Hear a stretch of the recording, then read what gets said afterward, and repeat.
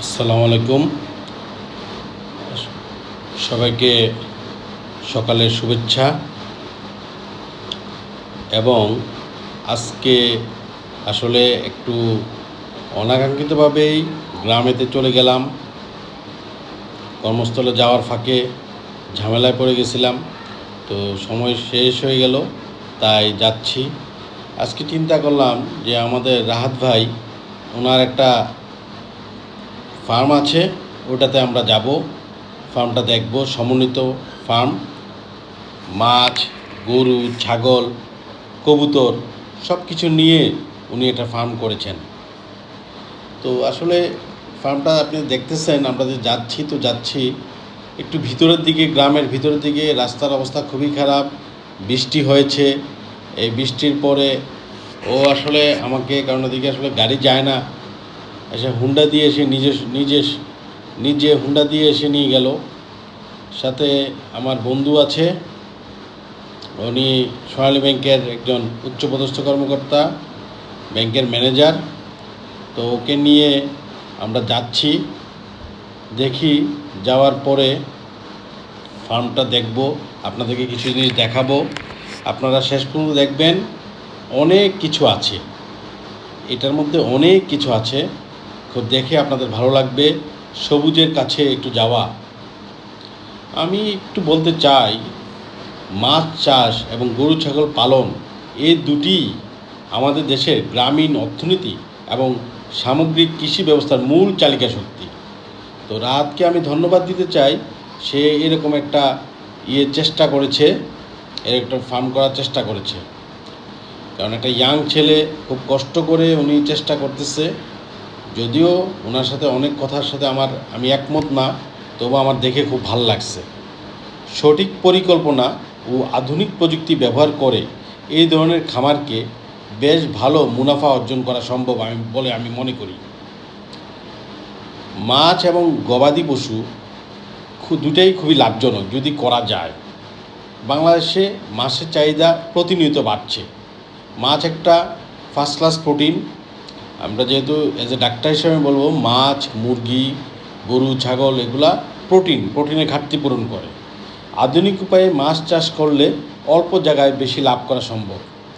কি মাছ করতে পারেন আপনারা? পাঙ্গাস, তেলাপিয়া, কার্প জাতীয় যেগুলো মাছ, যেমন রুই, কাতলা, মৃগেল, এগুলা করলেও কিন্তু সে একটু ভালো থাকবে। পুকুরের যদি পুকুরের পানির যে গুণগত মান, যদি অক্সিজেনটা সঠিক রাখা যায় এবং ভালো মানের যদি সুষম খাবার দেওয়া যায়, আমি ওর মধ্যে দেখলাম যে ও সব দেশীয় প্রাকৃতিক উপায়ের খাবারগুলোই সে দেওয়ার চেষ্টা করতেছে। যেহেতু তার হাঁস আছে, হাঁসের জন্য হাঁসের বিষ্ঠাটা এবং গরু আছে, এগুলা দিয়ে সে মাছটা লালন পালন করার চেষ্টা করতেছে। গবাদি পশুর যেই ফার্মটা আছে, এটাও আপনাদেরকে দেখাবো।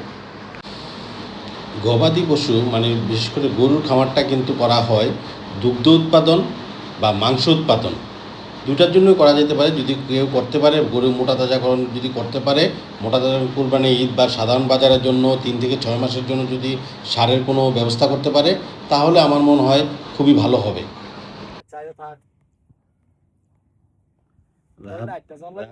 প্রজেক্টে ঢুকলাম। বিশাল বিস্তীর্ণ এলাকা নিয়ে রাহাতের প্রজেক্ট।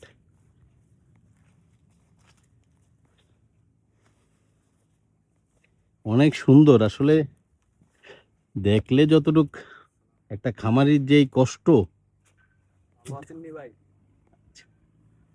খামারির অনেক কষ্ট কিন্তু আসলে ইউটিউবে, ফেসবুকে চকচকা দেখেই কিন্তু খামারি চিন্তা করা যাবে না। এটা প্রতীয়মান হলো আর কি। এটা না এই সেট দিয়ে আসি নাই মনে আমি। বিস্তীর্ণ প্রজেক্ট ওনার। আমরা যারা ইউটিউব দেখে মনে করি যে প্রজেক্ট অনেক লাভবান, অনেক কষ্টের ফসল একটা প্রজেক্ট, চাকরিখানি কথা না। কিন্তু এটাও সত্য, যদি কেউ লেগে থাকে, ভালো করে কাজ করে, তাহলে সফল হওয়া সম্ভব আর কি। কিন্তু এখন তো ম্যাক্সিমাম লোকজনরা পরিশ্রম করতে চায় না। এই ফাঁকে একটু বলতে চাই, ছাগল লালন পালনের যেমন ব্ল্যাক বেঙ্গল ছাগলটা, যেটা আমাদের দেশীয় ছাগল, এটা আমাদের দেশের আবহাওয়ার জন্য খুবই উপযোগী। এদের রোগ প্রতিরোধ ক্ষমতা বেশি, মাংস সুস্বাদু, চামড়ার মানও উন্নত। আরেক ধরনের ছাগল আছে যেটা হলো রাম ছাগল, তোতাপুরি, যমুনাপাড়ি, ওর কাছে ওগুলো নাই দেখলাম। আকার একটু বড় হয়, দ্রুত ওজন বাড়ে। আমাদের নোমান সাহেব সোনালী ব্যাংকের বড় উচ্চপদস্থ কর্মকর্তা, রাজ সাহেবের প্রজেক্ট দেখতে আসছে। উনি ম্যানেজার, নবীনগর ব্রাঞ্চের ম্যানেজার। উনি প্রজেক্ট দেখে একটা কমেন্টস করবে আশা করি। 2 কোটি টাকা ফাইন্যান্স করে দিবে আশা করি। পয়েন্ট আছে এটা একটা। না, এটা কি খাবারের ঘর? না, দাম টাম রাখছে, খাবারের ঘর সব ওইদিকে। চলে না। তো পুকুর কটা? 6টা। 6টা? হ্যাঁ, 6টা। একটা এদিকে। পিছনে 2টা, ওই যে একটা দেখেন নাই, পিছনে কর্নারে। যখন ওই মোড়টা কাটছেন না, হ্যাঁ, ওখানে একটা ছিল। যাওয়ার সময় দেখলাম। প্রজেক্টে অনেকগুলা পুকুর দেখলাম। এই পুকুরগুলোও যদি ঠিকভাবে করতে পারে, আমার মনে হয় যে যদি ঠিকভাবে করা যায় পুকুরগুলা, তবুও তার কোনো অভাব থাকার কথা না। আমি আমাদের গ্রামের বা আমাদের দেশের ইয়াং জেনারেশনকে বলবো, এগুলা দেখে অপ্রয়োজনীয় সময় নষ্ট না করে ছোটোভাবেই শুরু করো, তাহলে ভালো থাকবে। তোমরা ভালো থাকলে দেশের অর্থনীতি বাড়বে, অর্থনীতি বাড়লে আমরা ভালো থাকবো। আপনার প্রজেক্টের একটা হলো হাঁস আর ছাগল। এই যে ছাগল, এটা তো সমাধান হয়। আমার সবচেয়ে ঠিক আছে, ওই কবিতা। এটাতে বসেন।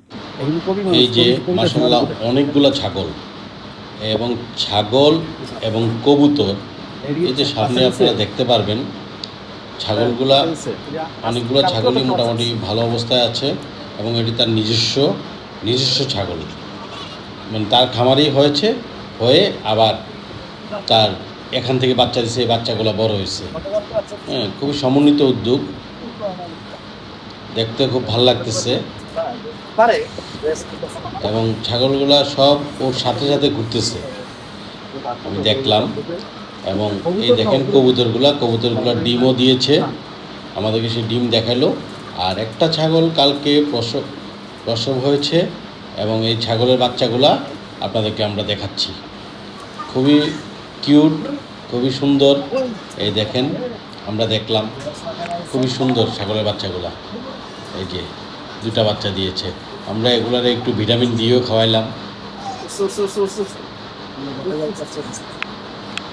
এই যে দেখেন, অনেক সুন্দর। কালকে দিচ্ছে না? কালকে বাচ্চা দিচ্ছে।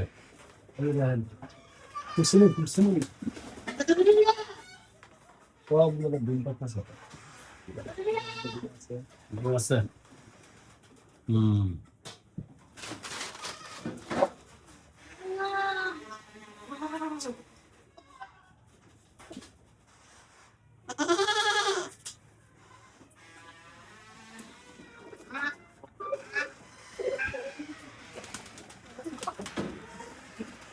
দুনিয়া বেশি আছে। এই যে এটাতে ডিম আছে।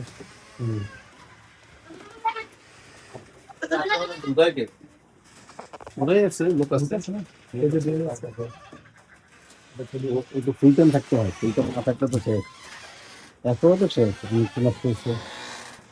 এটা তো সবচেয়ে বেশি আছে এটা কি? এই সব এরা।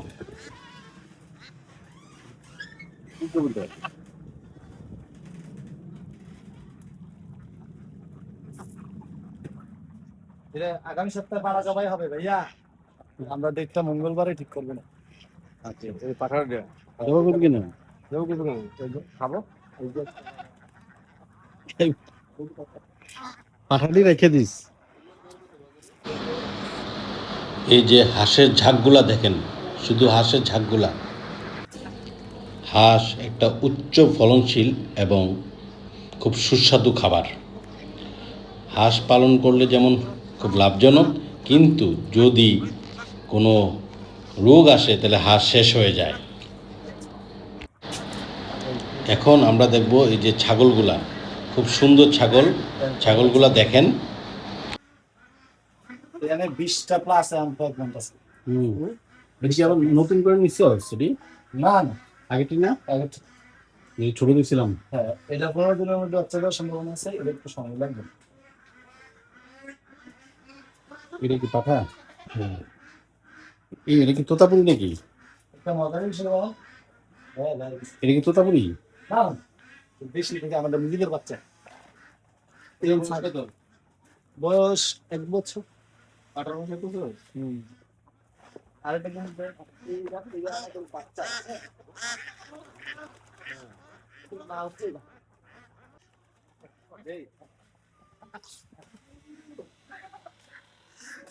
এই ছাগলটা দেখো। আমাদের বন্ধু নোমান প্রজেক্ট দেখতে এসে তো অবকাশ যাপন করতেছে। উনি প্রজেক্ট দেখলেন, দেখে অবকাশ যাপন করতেছে। অসম্ভব সুন্দর, একটু প্রজেক্ট সম্বন্ধে বলো। অসম্ভব সুন্দর মাল্টি প্রজেক্ট। Multi project. হাঁস, মুরগি, কবুতর, ছাগল, আমার মনে হয় যে ওনারা যদি লাইনে থাকতো এই প্রজেক্ট দিয়ে অনেক কিছু সম্ভব। অনেক প্রোটেকশনও ভালো। বলতেছি, কিন্তু আজকে এটা নিয়ে একটু ভবিষ্যৎ একটা ইয়া হবে, কিন্তু আমার মনে হয় যে ওনারা যদি লাইনে থাকতো এটার উপর আর কোনো ইয়ে নাই। সবাই বলে সবুজের মাঝখানে কিছু জীবন, হ্যাঁ, হল সবুজের মাঝখানে কিছু কিছু জীবন। কলতা। এখন এই যে হাঁসগুলা নামতেছে,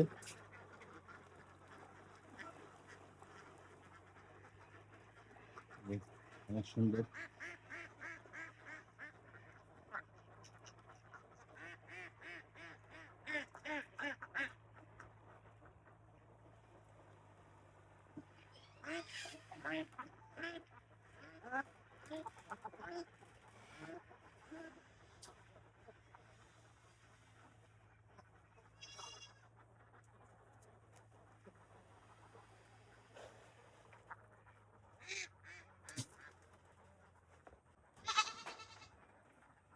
ভাই আনসার করতে দেখবেন না? এই যে আমরা আমার আগেটা দেখতে নিচে দেখতে শুরু। কারণ আমরা নিচে উপরে এটা ময়লা তুলে নেন। এটা হলো ওই হাঁসের থাকা যে জায়গা। এই যে হাঁসগুলা রেস্ট নিচ্ছে।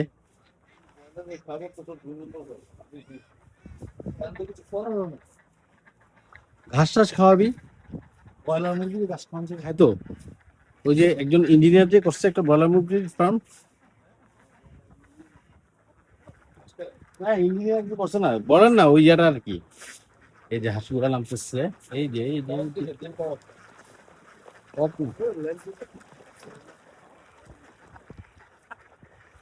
তোমার শুরু করাটা সহজ, ধরে রাখাটা কঠিন। তোমার আমি সবাই এই কথাটাই বলি। শুরু করতে হচ্ছে ঘটনা। হুম। পানিতে যাও, বুঝা সেটা। এগুলোর মধ্যে যে গাছটি ছিল, গাছ টাছটি কই? গাছ তো ছাগলে খাইছে।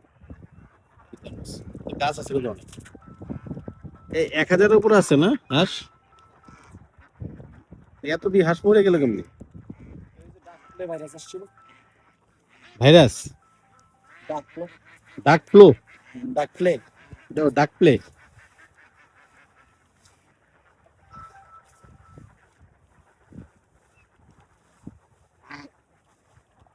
লাভবান হবে আর কি, আশা করি লাভবান হবে যদি ধরে রাখতে পারে। দেখ আরো যাবো না ওদিকে। চেঞ্জ করেন। আমরা রাহাত সাহেবের সেই পুকুর থেকে মাছ ধরার চেষ্টা করলাম। প্রথমে ও মাছ ধরলো, তারপর আমিও চেষ্টা করলাম। অনেকগুলো মাছ পেয়েছি। বাংলাদেশে মাছের চাহিদা প্রতিনিয়ত বাড়ছে। মাছ একটা উৎকৃষ্ট প্রোটিন, এবং মাছ থেকে যে প্রোটিনটা, এটা একদম সহজলভ্য আমাদের দেশের জন্য। তা আমরা সব বাচ্চাদের এর জন্য বলি, বাচ্চা এবং বয়স্কদের সবাই বলি যে মাছ খাওয়ার জন্য। মাছটা খেলে তার প্রোটিনের ঘাটতিটা পূরণ হবে। এবং আধুনিক উপায়ে যদি মাছ চাষ করা যায় তাহলে অল্প জায়গায়ও মাছ চাষ করা যায়। তো আমি এই খামারে যা দেখলাম যে তার অনেকগুলো পুকুর আছে, এই মাছ চাষ করলেও সে খুব ভালো থাকবে। আমিও আস্তে আস্তে মাছ ধরা করতেছি, কয়েকটা মাছ ধরেছিও আমি। হ্যাঁ, খুব ভালোও লাগতেছে এবং আসলে প্রকৃতির খুব কাছাকাছি থাকা, হ্যাঁ, খুব ভালো লাগতেছে। মাছ ধরলাম, দেখতেছেন, মাছ ধরে এবং বড়শি বাইলাম, খুবই ভালো লাগতেছে। আসলে মাটির কাছে থাকলে মনটাও ভালো লাগে। তো একটু কথা বলতে চাই যে সমন্বিত খামার, যেটা বলে ইন্টিগ্রেটেড ফার্মিং, রাজ সাহেব ইন্টিগ্রেটেড ফার্মিং করতেছে, খুবই ভালো। এবং এটাতে আসলে অনেক পয়সাও লাগে। ওনার মতো তরুণরা যারা খুব কষ্টে অনেক টাকা, এবং একটা জিনিস যদি নষ্ট হয়ে যায়, যদি মারা যায়, যেমন 1000 হাঁস মারা গেছে, 40-50টা ছাগল মারা গেছে, এটি মেনটেন করাটা সো টাফ। আমরা যত বাইরে থেকে যত ইজি মনে করি, জিনিসটা অত ইজি না। তো ইন্টিগ্রেটেড ফার্মিং সম্বন্ধে বলবো একটু, যদি করা যায়, যেমন গরু ছাগলের উপকারিতাটা কী।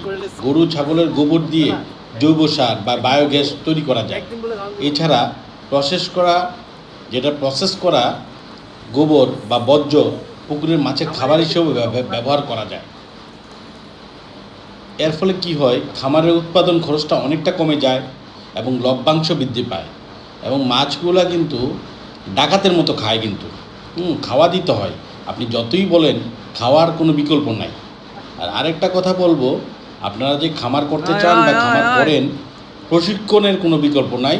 প্রশিক্ষণ এবং বাজারজাতকরণ, যেই কথাটা বলতে চাচ্ছিলাম, খামার শুরু করার আগে একটা প্রাথমিক টিপস আমি তোমাদেরকে দিয়ে দেই। অনেকে দেখা যায় যে ব্যবসা বাণিজ্য ছেড়ে বা চাকরি ছেড়ে এসে খামার করতে চাও। এটা আমার মনে হয়, আমি অনেক গবেষণা করছি এই খামার নিয়ে। হ্যাঁ, তো আমি তো ডাক্তার মানুষ, আমাকে তো কেউ করে না। সবাই মনে করে ডাক্তারদের টাকাটা ফাও টাকা, সবাই মনে করে। কিন্তু এটা যে রাত জাগা টাকা, এটা অনেকেই জানে না। তো এটা যেটা হলো যে প্রশিক্ষণ এবং বাজারজাতকরণের কোনো বিকল্প নাই। যেমন যে কোনো খামার শুরু করার আগে আপনি যেমন যুব উন্নয়ন অধিদপ্তর, প্রাণী সম্পদ, মৎস্য অধিদপ্তর কেন্দ্র থেকে যে কোনো সফল খামার থেকে একটা ব্যবহারিক প্রশিক্ষণ নেওয়া খুবই জরুরি। আরেকটা হলো বাজারজাতকরণ। খামার গাড়ি তোলার আগেই উৎপাদিত পণ্য, যেমন মাছ, দুধ, মাংস কোথায় কিভাবে বিক্রি করবেন তা নির্ধারণ করা। এই কথাটা আমি এদিন রাহাত সাহেবকেও বলেছি আর কি। আরেকটা জিনিস হলো রোগ ব্যবস্থাপনা, মানে রোগ হওয়ার পর চিকিৎসা দেওয়ার চেয়ে রোগটা প্রতিরোধ করতে হবে। যেমন ছাগলের খুব তাড়াতাড়ি রোগটা চলে আসে, খুব তাড়াতাড়ি, হাঁসে খুব তাড়াতাড়ি রোগ চলে আসে। আপনার রুগীও মানে আমার লগে আই তুলেছিল, রুগী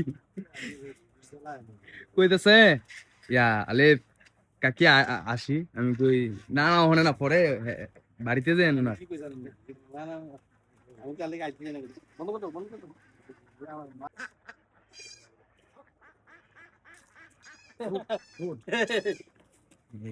এই দেখো,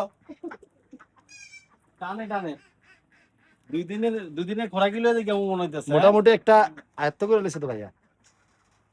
জীবনে সবকিছুটা আয়ত্ত করতে হয়। তুই আমার ইউটিউব যে মনিটাইজেশন দাস না, ইউটিউব মনিটাইজেশন। হ্যাঁ, এখন আমাদের এই ফার্মের নামটা কি? ফার্মটা এনএসপি ডেয়ারি হুম? NSP dairy farm. NSP dairy ফার্মের স্বত্বাধিকারী মিস্টার রাহাত সাহেব তার নিজের স্বরচিত কবিতা আমাদেরকে শোনাবে। আমরা এটা লাস্ট মুহূর্তে এটা শুনেই আমরা ফার্মটা ত্যাগ করবো। কি বলেন? কবিতার নাম আরশ। আমি আমার এই চোখে আকাশ ছেদিয়া আরশ দেখিতে চাই। আমি আমার অন্তরাত্মার অন্তরালে আয়না আদলে সৃষ্টির স্রষ্টার প্রতিচ্ছবি খুঁজিয়া পেতে চাই। আমি বিশাল বিস্তৃত সমুদ্রের বুকে উলঙ্গ বাতাসের গন্ধ সুখে আমি জ্ঞানী মহাগুণী মহাজনের নেতৃত্বের সুগন্ধি প্রাণের সন্ধি দমের দমনী রুহু আত্মার সন্ধান পাই। আমি শুধু আমার এই চোখে আকাশ ছেদিয়া আরশ দেখিতে চাই। আমি পাহাড় পর্বত খালবিল নদী সমুদ্র সৈকত সর্বত্র ঘুরিয়াছি সখা। এই মাথার উপরে ছাউনিটা বেশ জাদু দিয়েই রাখা। মাটির মাঝে বেজায় খুঁটি বহুরূপী তরুলতা, কখনো কখনো মানুষই বৃক্ষ, আবার বৃক্ষই যেন মানুষ। আমি মুগ্ধ, প্রেমে স্নিগ্ধ, শিহরিত, এ যেন স্বর্ণ আর স্বর্ণকার, রূপ আর রূপকার, সৃষ্টি আর স্রষ্টার প্রেম লীলা দেখিতে পাই। আমি শুধু আমার এই চোখে আকাশ সেদিয়া আরুষ দেখিতে চাই। আমি সামান্য বাবুই পাখি হইয়া চোখে রাখি আকাশ ছোঁয়ার স্বপ্ন। আমি ভবঘুরে মনোহরা দিশেহারা, সেও তোমার জন্য। আমি বন্য পশু হন্য হয়ে তন্ন তন্ন করে খুঁজি অরণ্য। আমি নগণ্য অতীব জঘন্য পাপী পাপিষ্ট কণ্ঠে বলি ধন্য ধন্য শ্যামরায়। আমি শুধু আমার এই চোখে আকাশ ছেড়িয়া আরশ দেখিতে চাই। আমি মন্দির মসজিদ কিংবা গির্জা বিদ্বেষী নই। আমি করি ভিতর খুঁড়ার চেষ্টা, যেথায় রয় আমার মানিক রতন মন মহাজন দুজাহানের স্রষ্টা।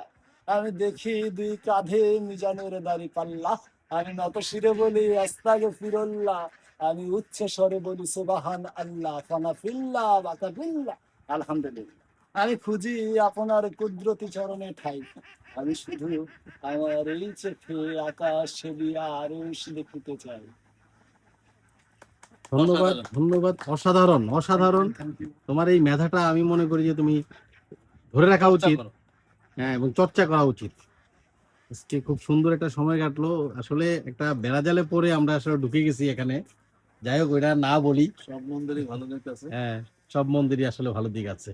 তো লাস্ট মুহূর্তে আমার বন্ধু ব্যাংকার, উচ্চপদস্থ কর্মকর্তা সোনালী ব্যাংকের, উনি ম্যানেজার, উনি লাস্ট একটা কথা বলে আমরা এই ইয়েটা শেষ করবে। আসলে অনাকাঙ্ক্ষিত ভাবেই এখানে উপস্থিত হয়েছি। আসলে আজকে সকাল থেকে এই প্রকৃতি সাপ।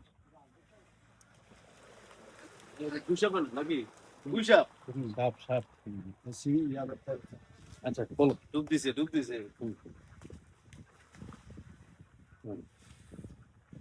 আজকে চমৎকার রোজ্জ্বল দিন, আবহাওয়া চমৎকার, চারিদিকে ফুরফুরে বাতাস, ঘুরানো বাতাস, নির্দিষ্ট দিকের বাতাসটা।